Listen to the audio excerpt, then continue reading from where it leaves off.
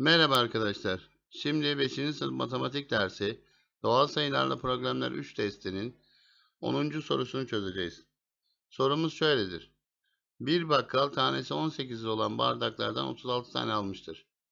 Bu bardakların tanesini 24 liradan satarsa kaç lira kâr elde etmiş olur? 24 liradan satıyor, 18'den alıyor. 24 eksi 18 eşittir 6. 36 adedin tamamını satıyor. 36 çarpı 6 eşittir 216. 36 bardağın tamamını sattığında 216 lira kar elde etmiş oluyor. Sorumuzun doğru cevabı B şıkkındaki 216 sayısıdır. Derslerinizde başarılar dilerim. Lütfen kanalımıza abone olmayı unutmayınız.